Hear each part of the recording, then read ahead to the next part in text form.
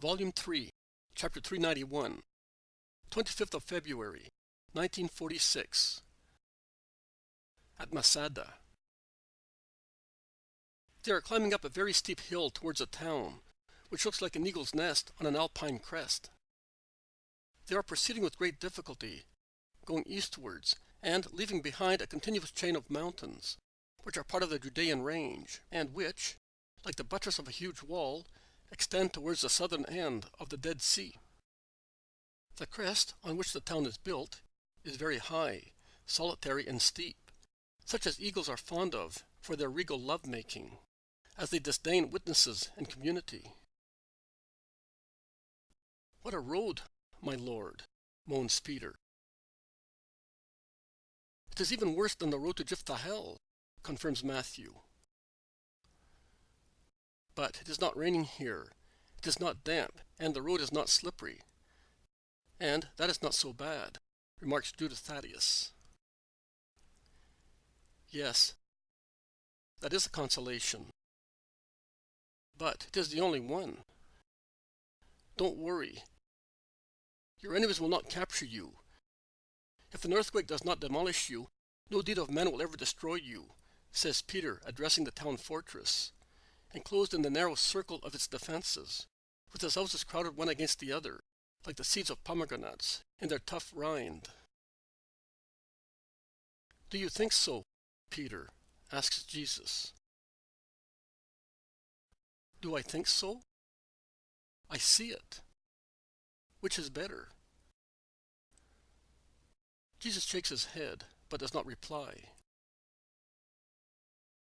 "Perhaps it would have been better if we had come along the sea. If Simon were here. He is familiar with this area," says Bartholomew, sighing, as he is exhausted. "When we are in town, and you see the other road, you will thank me for choosing this one. A man can climb here, although with some difficulty." "A goat can hardly climb up the other one," replies Jesus. "How do you know? Did anybody tell you, or—" "I know. In any case, Ananias' daughter-in-law lives here. I want to speak to her, as first thing." "Master, will there be no danger up there?" "Because we cannot get out in a hurry here, and if they should chase us, we will never see our homes again. Look at those fearful precipices, and the sharp rocks," says Thomas. "Be not afraid. We shall not find another En-Gedi. Only few towns are like En-Gedi in Israel. But no harm will befall us. It's because— do you know that it is one of Herod's strongholds? So, be not afraid, Tom. Until it is the hour, nothing serious will happen." They proceed, and they arrive at the not very attractive walls, when the sun is already high. But the height moderates the heat. They go into the town through the arch of a narrow, gloomy gate. The bastion walls are huge, with frequent towers and narrow crenels. "What a trap for game," says Matthew. "I am thinking of the poor wretches who had to carry all the materials up here, those blocks, these iron plates," says James of Alphaeus. The holy love for their fatherland and independence made the weights light for the men of Jonathan Maccabi. Wicked selfishness and the fear of the people's wrath imposed a heavy yoke, not on subjects, but on people worse than slaves, by the will of Herod the Great. It was baptized in blood and tears. It will perish in blood and tears, when the hour of divine punishment comes. "Master, but what have the inhabitants got to do with it?" "Nothing. And everything. Because when subjects vie with their leaders in faults or in merits, they receive the same prize or punishment as their leaders. But here is the house, the third one in the second street, with the well in front of it. Let us go." Jesus knocks at the door of a high, narrow house. A boy opens the door. Are you a relative of Ananias? I am called after him, because he is the father of my father. Call your mother. Tell her that I have come from the town where Ananias lives, and where is the tomb of her dead husband. The boy goes away and comes back. She said that she does not want to have any news of the old man, that you can go. Jesus' countenance becomes very severe. I will not go away unless I speak to her. Child, go and tell her that Jesus of Nazareth, in whom her husband believed, is here and wishes to speak to her. Tell her not to be afraid. The old man is not here. The boy goes away again. The wait is long. People have stopped to watch, and some of them ask the apostles questions. But the atmosphere is unpleasant, or indifferent, or ironical. The apostles try to be kind, but it is obvious that they are frightened. And they become more so when the notables of the town arrive with some soldiers. Both the former and the latter looked like real jailbirds, and neither inspired confidence. Jesus, engrossed in thought, waits patiently, leaning against the doorpost, with folded arms. The woman comes at last. She is tall and swarthy. Her eyes are hard, and her profile sharp. She is neither ugly nor old, but her countenance makes her look old and ugly. What do you want? Hurry up, because I am busy, she says haughtily. I do not want anything. You may be sure. I am only bringing you Ananias' forgiveness, his love and prayers. I will not have him again with me. It's no good begging of me. I don't want old mournful people. It's all over with him. In any case, I am getting married again, and I cannot impose a coarse peasant like him on the house of a rich man. I have suffered enough through my mistake in marrying his son. But I was a silly girl then, and I was only looking at the handsomeness of the man. Woe is me! Woe is me! Cursed be whatever brought him my way.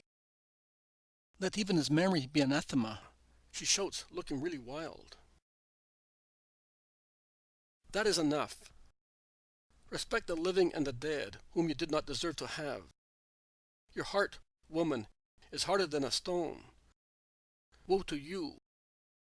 Yes, woe to you! Because there is no love for your neighbor in your heart, and consequently Satan is in you. But watch, woman. Watch, lest the tears of the old man and those of your husband, whom you certainly oppressed through your lack of love, should become fire raining on what is dear to you. You have children, woman. Children? I wish I did not have them. Also, the last tie would be broken. But I do not want to hear anything. I don't want to hear you. Go away. I am in my house, in my brother's house. I don't know you. I don't want to remember the old man. I don't. She shows like a magpie plucked alive. She is a real harpy. Be careful, says Jesus. Are you threatening me? I'm calling you back to God, to His law, as I feel sorry for your soul. How can you bring your children up if you have such feelings? Are you not afraid of the judgment of God? Oh, that's enough. Saul, go and call my brother, and tell him to come here with Jonathan. I will show you. Oh, no. It is not necessary. God will not compel your soul. Goodbye. And Jesus goes away, elbowing his way through the crowd. The road is narrow, between high houses. The defense center of the fortress town is in the eastern side, where everything falls sheer for hundreds of meters, and where a narrow winding path, strikingly steep, climbs up to the top of the peak, from the plain and from the seashore. Jesus goes just there, where there is an emplacement for engines of war, and he begins to speak, repeating once again his invitation to the kingdom of heaven, of which he describes the main features. And he is about to elucidate them, when some notables come forward, forcing their way through the crowd and shouting to one another. As soon as they are before Jesus, they enjoin, "Go away. We are quite enough here to educate the children of Israel." But they say so rather confusedly, as they all speak at the same time, and seem to agree only to drive away Jesus. Go away. Our women need not be reproached by you, a Galilean. Go away, offender. How dare you offend the woman of a Herodian, in one of the favorite towns of the great Herod? Usurper, since your birth, of his sovereign rights. Away from here. Jesus looks at them, at the last ones in particular, and he says one word only: hypocrites. Go away. Away. There is a real uproar of discordant voices, each accusing or defending his own caste. It is impossible to understand anything. In the small square, women shout and faint, children cry. Soldiers try to make their way coming out from the fortress, and in doing so, they hurt the people crushed in the square, who react cursing Herod and his soldiers, the Messiah and his followers. A real hubbub. The apostles, pressing round Jesus, are the only ones who defend him more or less bravely, and they also shout biting insults, and being sailors, they are not in any way short of suitable vocabulary. Jesus calls them, saying, "Let us get out of here. We'll go round the back of the town, and we'll go away. And for good, mind you," shouts Peter, whose face is purple with anger. Yes, for good. They file off one after the other, and notwithstanding the pressure put on him by the apostles, Jesus is the last. The guards, although they jeer at the mocked prophet, as they say, playing all sorts of tricks on him, have enough common sense to make haste and close the gate and lean against it, with their weapons turned towards the square. Jesus takes a very narrow path along the walls, a tiny path about 2 palms wide, below which there is the void and death. The apostles follow him, avoiding looking down at the frightening abyss. They are now near the gate through which they entered the town. Jesus proceeds downhill, without stopping. The gate is closed also on this side of the town. When they are at some distance from the town, Jesus stops and lays his hand on the shoulder of Peter, who says, wiping his perspiration, "We had a narrow escape.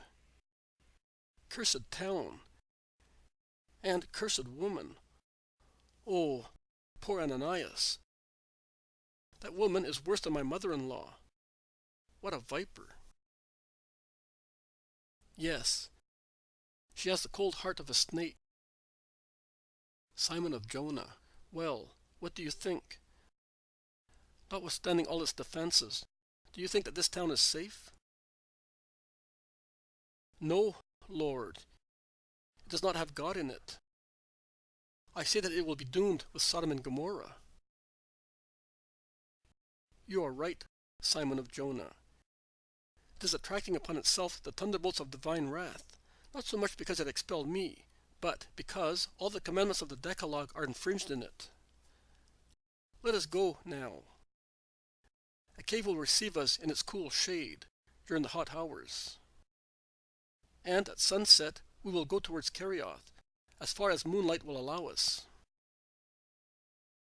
My master, moans John, bursting suddenly into tears.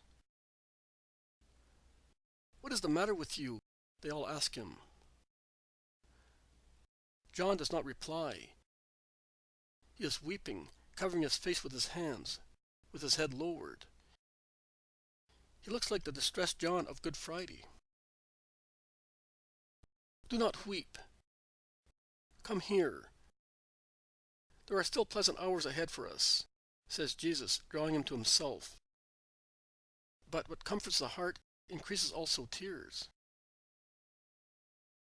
Oh, Master, my Master, what shall I do? What shall I do? For what, brother? For what, dear friend? Asked James and the others. John has difficulty in speaking. Then, raising his face and throwing his arms around Jesus' neck, thus compelling him to bend over his distressed face, he shouts and replies to Jesus instead of those who had asked him the question, "Seeing you dying, God will help you, his beloved child. You will not be without his help. Do not weep any more. Let us go." And Jesus walks away, holding by the hand the apostle blinded by tears.